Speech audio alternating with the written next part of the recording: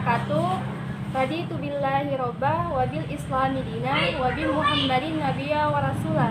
Rabbi syrah li sadri wa yassir li amri wahlul 'uqdatam min lisani yafqahu qawli.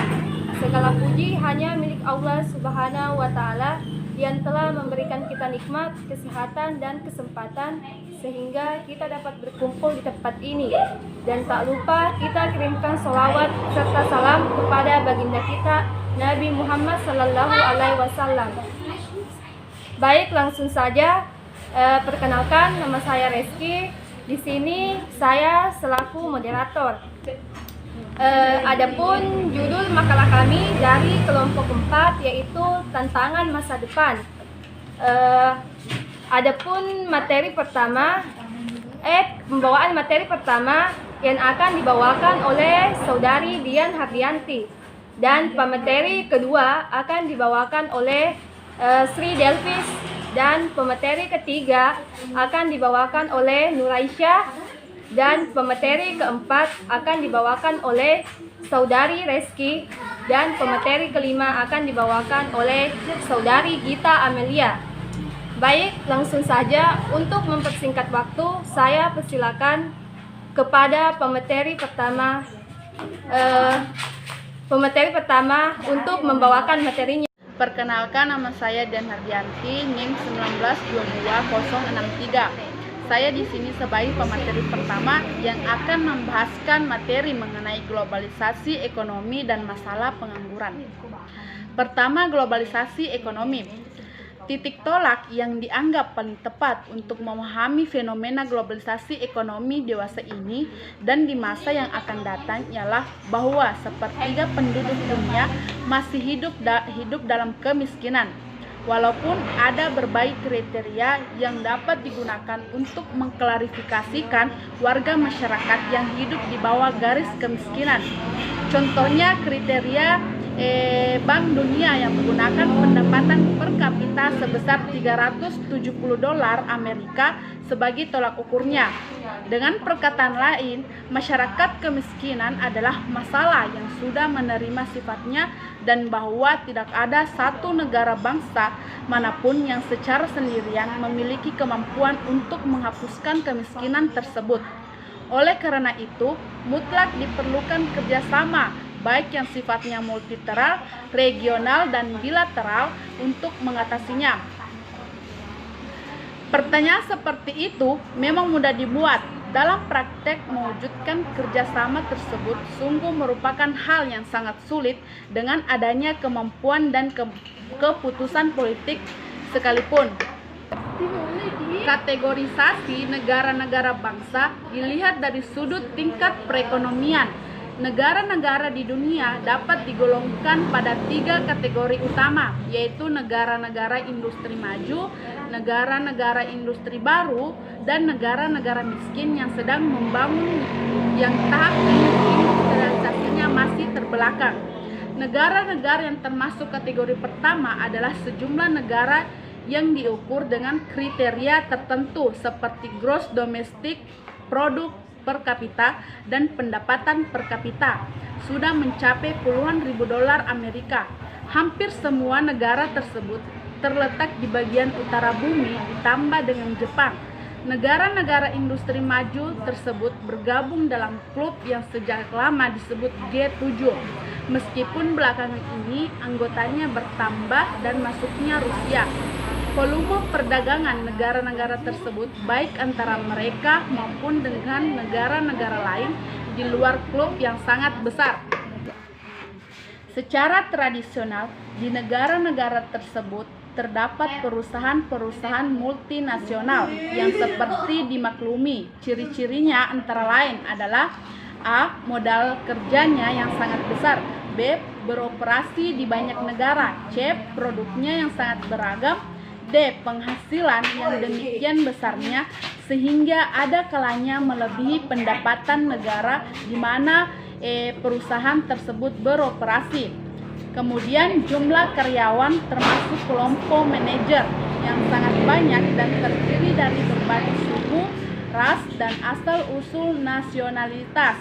Kemudian kecenderungan mempengaruhi politik negara di mana mereka bergerak, paling sedikit dalam bentuk upaya agar peraturan perundang-undangan dan kebijaksanaan negara yang bersangkutan menguntungkan atau tidak kegiatan bisnis mereka. Dengan perkataan lain, meskipun terdapat kesadaran yang mendunia bahwa mengatasi kemiskinan merupakan tanggung jawab bersama secara global, praktek-praktek ekonomi yang sering timbul ke permukaan tidak selalu menggambarkan secara positif tindakan nyata yang bersifat global pula.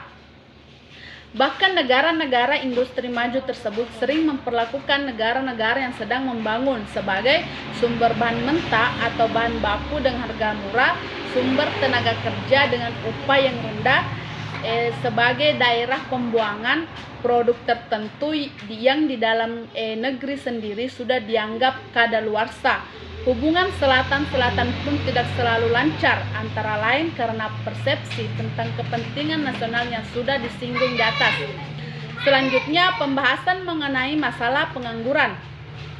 Dapat dinyatakan secara aksiomatik bahwa manusia ingin agar harkat dan martabatnya dapat dipertahankan dan sekaligus diakui dan dihormati oleh orang atau pihak lain.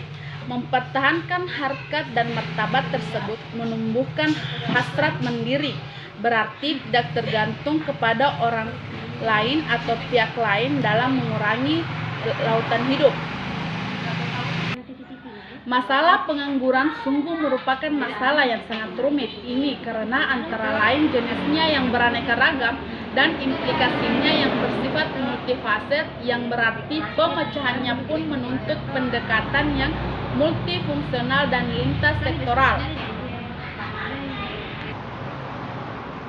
Perihal pengangguran musiman paling jelas tampak dalam masyarakat agraris yang kegiatan perekonomiannya berkisar pada bidang pertanian. Masyarakat pertanian hanya sibuk pada waktu-waktu tertentu saja, seperti pada musim tanam dan musim panen.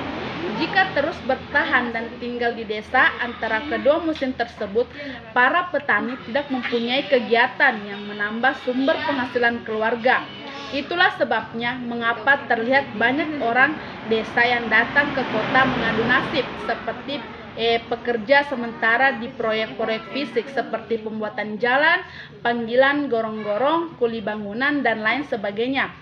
Jika masalah pengangguran tidak tertangani dengan efektif, berbagai implikasi yang dapat diamati antara lain adalah makin melebarnya kesenjangan ekonomi antara para warga masyarakat yang mampu dan yang tidak mampu, yang dapat meningkat menjadi kecemburuan sosial dan keserahan sosial. Kemudian gangguan keamanan dan ketertiban umum. Kemudian menjamurnya perumahan kumuh serta urbanisasi yang tidak terkendali. Sampai disitulah pembahasan saya. Selanjutnya akan dilanjutkan oleh pemateri kedua. Terima kasih. Bismillahirrahmanirrahim. Assalamualaikum warahmatullahi wabarakatuh. Perkenalkan, nama saya Sri Delvis, NIM 1922051. Di sini saya sebagai pemateri kedua dan akan melanjutkan pemateri pertama, yaitu tanggung jawab sosial sebagai tantangan. Dapat dinyatakan secara aksiomatik bahwa tidak ada satu organisasi pun yang mampu tumbuh dan berkembang tanpa dukungan dan kepercayaan dari lingkungannya. Oleh karena itu, demi kepentingan organisasi sendiri harus terdapat kesediaan untuk memikul tanggung jawab sosial tertentu yang dituntut daripadanya. Dua hal yang menonjol dalam kaitan ini adalah jangan sampai organisasi dan para anggotanya bersikap eksekutif, dan jangan sampai organisasi menampilkan arogansi institusional atau institusional arrogance dalam menghadapi lingkungannya. Dengan perkataan lain, setiap organisasi dituntut menunjukkan kepedulian sosial yang tinggi. Pengamatan dan pengalaman banyak organisasi menunjukkan bahwa terdapat paling sedikit 5 wujud kepedulian sosial, yaitu sebagai berikut. A. Penggunaan tenaga kerja setempat dalam penyelenggaraan berbagai kegiatan organisasi sepanjang tenaga kerja lokal tersebut memenuhi berbagai pernyataan administratif dan perundang-undangan, termasuk dalam arti jumlah dan mutunya. B. Pemanfaatan masyarakat sekitar organisasi sebagai pemasok bahan yang diperlukan, baik dalam arti bahan mentah maupun bahan setengah. Jadi, tanpa mengabaikan keharusan terjaminnya mutu tinggi dari bahan tersebut. C. Keterlibatan dalam aktivitas sosial yang berlangsung di masyarakat sekitar seperti perayaan hari-hari besar, nasional dan keagamaan, upacara khitanan, upacara pernikahan, olahraga, dan berbagai kegiatan sosial lainnya. D. Penyediaan sarana dan prasarana umum dan sosial, termasuk pembuatan jalan, pemeliharaannya, fasilitas olahraga, tempat-tempat ibadah, pelayanan kesehatan seperti klinik dan apotek, dan bahkan mungkin rumah sakit, yang kesemuanya dapat diakses oleh warga masyarakat sekitar dan tidak hanya diperuntukkan bagi para karyawan organisasi dan para anggota keluarganya. E. Berperan aktif dalam membangun masyarakat sekitar, sehingga menjadi masyarakat yang mandiri dengan kemampuan yang makin tinggi. Salah satu caranya ialah dengan memberikan bantuan dalam membangun sarana pendidikan dan bantuan keuangan berupa beasiswa bagi anak-anak yang hidup di sekitar organisasi yang memiliki potensi untuk mengembangkan kreativitasnya, tetapi dengan kemampuan finansial orang tua atau sangat terbatas. Selanjutnya, pelestarian lingkungan hidup. Kata-kata mutiara yang dapat di permukaan mengenai kepentingan pelestarian lingkungan hidup ialah bahwa tanah air milik suatu masyarakat. Bangsa bukannya merupakan warisan dari nenek moyang, melainkan dipinjam dari generasi-generasi yang masih akan lahir kemudian. Maknanya yang hakiki ialah bahwa generasi yang hidup sekarang ini berkewajiban mutlak untuk memelihara dan memanfaatkan kekayaan alam sedemikian rupa, sehingga lingkungan hidup yang aman, nyaman, sehat, terpelihara, dan tidak rusak diwariskan kepada generasi-generasi yang akan datang. Ya. Tidak ada yang salah apabila generasi yang hidup sekarang memanfaatkan kekayaan alam dan lingkungan hidup demi peningkatan kesejahteraan masyarakat. Karena pembangunan memang menuntut pemanfaatan tersebut. Para pakar menyebutkan sebagai pembangunan berkelanjutan kepada 3 hal utama. Pertama, telah umum diketahui bahwa percepatan laju pembangunan, khususnya di bidang ekonomi, biasanya berakibat pada terjadinya perubahan kegiatan dan struktur perekonomian dari perekonomian yang mengandalkan pertanian menjadi perekonomian yang didasarkan pada kegiatan industri. Kedua, pemanfaatan sumber daya alam memang harus dilakukan, akan tetapi hasil dilakukan dengan cara-cara yang bertanggung jawab. Ini karena daya dukung alam bukannya tanpa batas dan ada diantaranya yang tidak dapat diperbaharui. Pemanfaatan sumber daya alam secara tidak bertanggung jawab seperti hasil hutan dapat berakibat pada paling sedikit 4 hal, yaitu A. Berkurangnya sumber zat asam atau oksigen yang mutlak diperlukan oleh semua makhluk hidup. B. Terjadinya erosi lapisan tanah yang subur dan terbawa ke sungai dan laut. C. Bahaya banjir pada musim hujan. D. Ancaman kepunahan flora dan fauna karena lingkungan habitat alamiah mereka sudah rusak.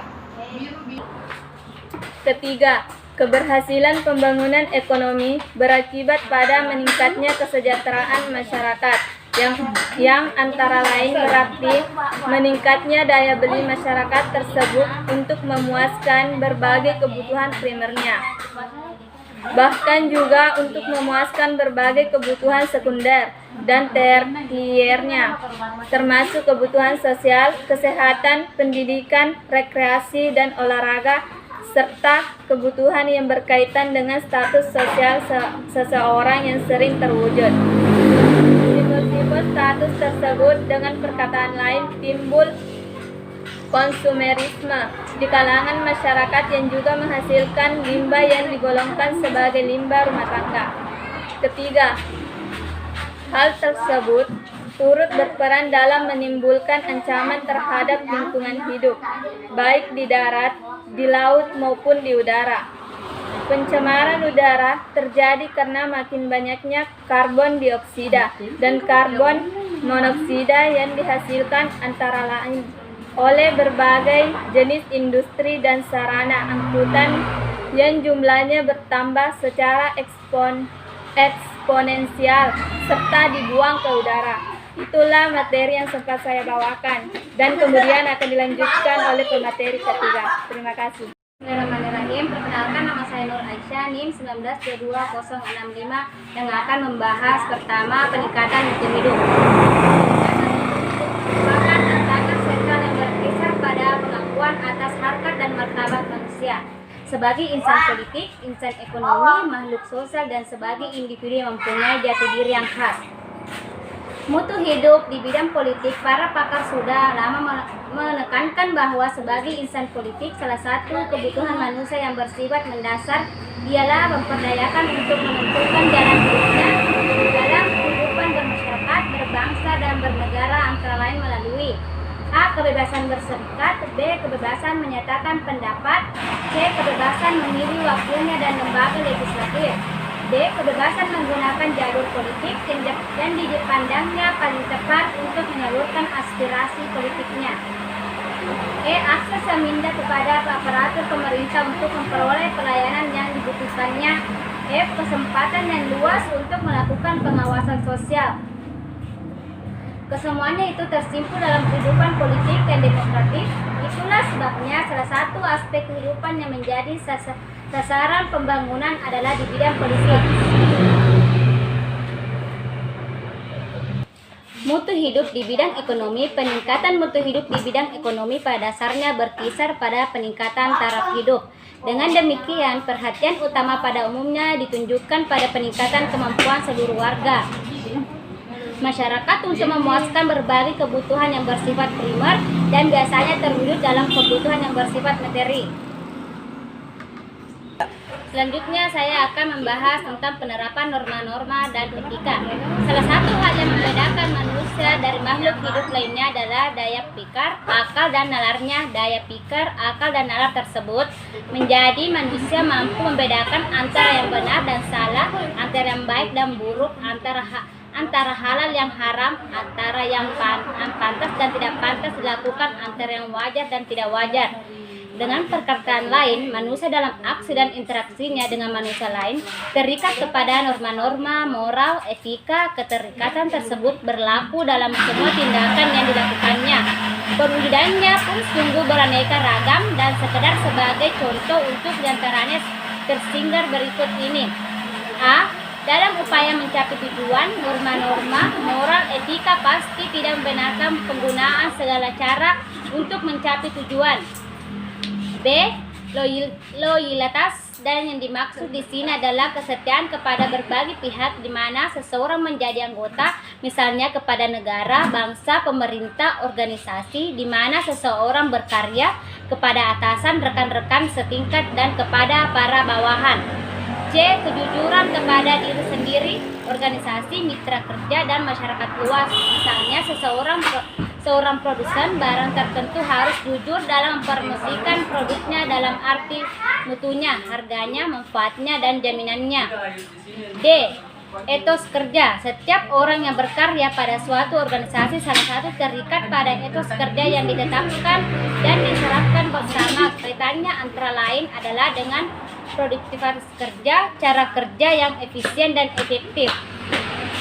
Iklim keterbukaan termasuk tercipta suasana saling mendukung dan saling mempercayai. Aspek-aspek keterbukaan yang sering mendapat sorotan dewasa ini antara lain menyangkut proses perumusan kebijaksanaan, pengambilan keputusan, pertanggungjawaban, tanggung gugat. Pemberdayaan sumber daya manusia dalam organisasi sebagai yang saling strategis. Sumber daya manusia dalam organisasi akan termotivasi untuk menampilkan kinerja yang memuaskan apabila manajemen memperdayakan mereka dalam suatu kerajaan. G. Catatan pada peraturan perundang-undangan. Salah satu mekanisme yang harus ditaati oleh semua orang dalam semua organisasi adalah ketataannya kepada berbagai ketentuan yang sifatnya normatif, baik berupa peraturan perundang-undangan maupun ketentuan lainnya. H. Dari pembahasan di atas terlihat bahwa norma-norma moral dan etika berperan selaku perekat demi stabilitas dan solidaritas sosial yang sangat diperlukan dalam kehidupan bersama. Baiklah, itulah pembahasan dari materi ketiga yang akan dilanjutkan oleh materi keempat. Bismillahirrahmanirrahim. Perkenalkan, nama saya Reski, NIM 1922064 sebagai pemateri keempat yang akan membahas materi yang pertama, yaitu keanekaragaman tenaga kerja. Keanekaragaman tenaga kerja sebagai salah satu tantangan sentral di masa depan timbul karena berbagai faktor, seperti emansipasi wanita, akses kepada pendidikan formal yang semakin terbuka, makin kuatnya tuntunan agar para pengguna tenaga kerja tidak bertindak diskriminatif terhadap para pekerja berdasarkan suku, ras, warna kulit, jenis kelamin, nasionalitas daerah, usia, dan agama, dan bahkan juga pergeseran dan nilai-nilai budaya yang dianut oleh warga masyarakat. Mengingat berbagai faktor penyebab tersebut, keanekaragaman tenaga kerja di masa depan menampakkan diri paling sedikit 7 bentuk yang akan dibahas secara singkat sebagai berikut. Yang pertama yaitu makin banyaknya wanita karir. Merupakan kenyataan yang menggembirakan bahwa semakin banyak masyarakat berkesempatan untuk menempuh pendidikan, termasuk pada sastra yang paling tinggi semakin terbuka kepada seluruh warga masyarakat. Kedua, para istri sebagai pencari nafkah utama. Kalau tingkat pengangguran tinggi, tidak mustahil para istri berperan selaku pencari nafkah utama karena suami tidak mempunyai pekerjaan tetap. Meskipun banyak di antara mereka yang bekerja di sektor informal, akan tetapi sektor formal pun mereka masuki juga. Selanjutnya yang ketiga, yaitu para istri bekerja untuk menambah penghasilan suami.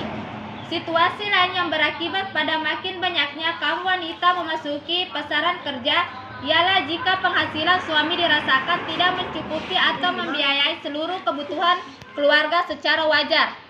Keempat, makin banyaknya ibu-ibu muda memasuki lapangan kerja.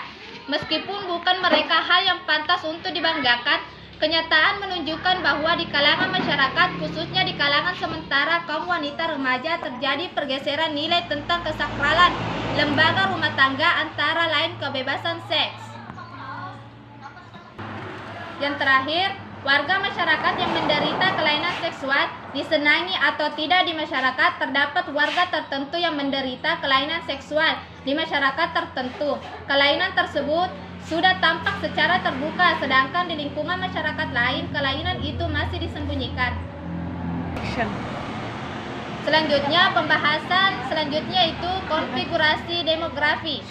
Sebagai tantangan yang dimaksud dengan konfigurasi demografi ialah bahwa penduduk terbagi atas 3 kategori, yaitu yang pertama, penduduk yang belum waktunya memasuki lapangan pekerjaan. Kedua, penduduk yang tergolong pada angkatan kerja. Ketiga, penduduk yang termasuk pada kategori purnakarya.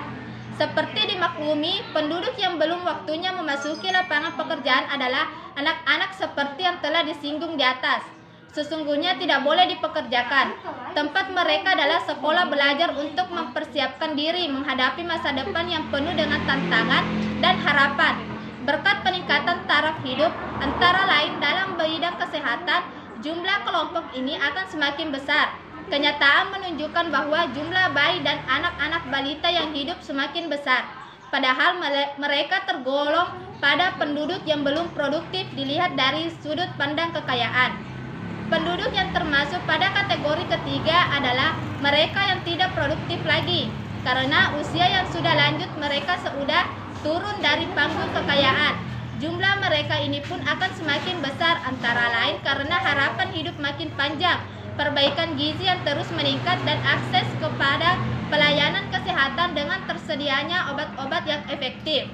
Meskipun demikian, di banyak negara batas usia pensiun diperpanjang waktunya, tetap pasti tiba pada saat mana kelompok usia lanjut ini tidak akan bekerja lagi.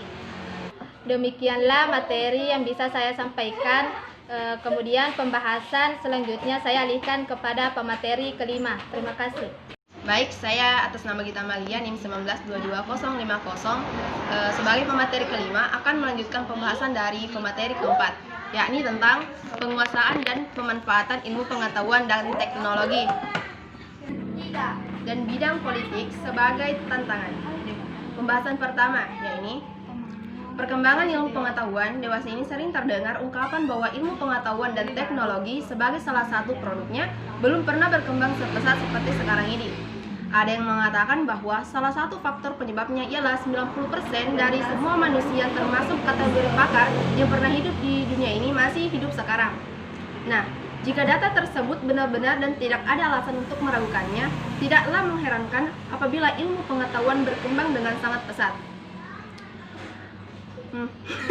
Adapun 3 implikasi yang menonjol dari perkembangan tersebut ialah, yakni yang pertama, dengan dinamika yang semakin lama semakin tinggi, umat manusia memerlukan instrumen ilmiah baru yang dapat digunakan untuk memecahkan berbagai masalah yang dihadapi, dan perkembangan ini merupakan hal yang sangat positif karena dengan demikian nilai ilmiah suatu disiplin ilmu menampakkan pada aplikasinya. Dan yang kedua ialah ilmu pengetahuan yang berkembang dengan sangat pesat melahirkan disiplin ilmiah baru yang bersifat spesifik dan demikian lebih ampuh sebagai pisau analisis untuk memecahkan berbagai permasalahan yang dihadapi dalam semua segi kehidupan dan penghidupan umat manusia. Dan yang ketiga ialah sebagai tantangan. Perkembangan demikian menuntut upaya sadar dan sistematis dari yang berkepentingan untuk selalu memutakhirkan ilmu dan pengetahuannya sehingga mampu menerapkan perkembangan terakhir. Adapun pembahasan yang kedua yaitu bidang politik sebagai tantangan. Dalam dekade 80-an dan pada permulaan dekade 9, terjadi perkembangan geopolitik di berbagai bagian dunia dengan dampak yang sangat mendasar. Ternyata perkembangan tersebut bermula dari keyakinan berbagai masyarakat bangsa bahwa pendekatan ideologis tidak berhasil. Keyakinan berbagai masyarakat bahwa bangsa pendekatan ideologis tidak berhasil yaitu meningkatkan kesejahteraan masyarakat betapapun kuatnya tidak dapat pendekatan tersebut di bidang politik, militer, penguasaan, teknologi, dan perluasan hegemoni suatu negara bangsa. Runtuhnya tembok Berlin, jatuhnya pemerintahan berhaluan komunis di Eropa Timur, modernisasi yang terjadi di Republik Rakyat Cina yang dicanangkan oleh Deng Xiaoping, bubarnya Uni Soviet sebagai negara, berakhirnya Perang Dingin, semakin terbukanya negara-negara demokrasi rakyat seperti Albania dan Kuba, tidak berkelanjutannya perlombaan senjata dengan kemampuan musnahnya yang sangat dahsyat, kesediaan negara anggota klub nuklir untuk menghancurkan berbagai senjata nuklir yang dimilikinya, dan pendatangan perjanjian yang terkenal sebagai Non-Fossil Treaty oleh hampir semua negara anggota Persekutuan Bangsa-Bangsa merupakan contoh-contoh perkembangan tersebut. Akan tetapi perkembangan yang menggembirakan tersebut belum memungkinkan umat manusia untuk mengatakan bahwa dunia sudah benar-benar aman dan bebas dari ancaman perang. Masih ada beberapa negara yang tidak bersedia untuk meratifikasi perjanjian tersebut, melanggar jiwa dan semangat perjanjian itu. Di banyak negara bangsa timbul pergerakan-pergerakan ekstrem fundamentalis berdasarkan agama yang juga merupakan ancaman terhadap kedaulatan dan kemerdekaan negara bangsa yang bersangkutan, dan masih adanya pandangan tentang supremasi bangsa tertentu yang antara lainnya itu berakibat pada pelecehan martabat bangsa lain dan menolak kehadiran bangsa-bangsa lain di negara yang bersangkutan. Pembahasan di muka menunjukkan bahwa untuk mencapai tujuannya, untuk mempertahankan eksistensinya, untuk meningkatkan meningkatkan kemampuannya memecahkan berbagai permasalahan yang dihadapi dengan mengandalkan kemampuan dan kekuatan sendiri negara bangsa, menyelenggarakan pembangunan dan semua segi kehidupan untuk penghidupan negara bangsa yang bersangkutan. Itulah materi yang dapat saya sampaikan. Lebih dan kurangnya menurutkan saya alihkan kepada moderator. Terima kasih. Baiklah, itulah tadi pembawaan materi dari kelompok kami. Adapun kesimpulan dari materi kami yaitu tantangan utama dalam administrasi negara dan pembangunan bagi bangsa Indonesia. Tantangan masa depan diharapkan tidak menghilangkan ciri khas, sosial budaya atau jati diri bangsa. Jati diri bangsa secara nasional tidak hanya menyangkut identitas sebagai bangsa, tetapi menyangkut sosial motivasi untuk bersama-sama berkorban dan melakukan pemikiran yang sungguh-sungguh guna meneruskan pembangunan. Itulah tadi kesimpulan dari materi kami. Lebih dan kurangnya mohon dimaafkan. Billahi fi sabilil haq fastabiqul khairat. Assalamualaikum warahmatullahi wabarakatuh.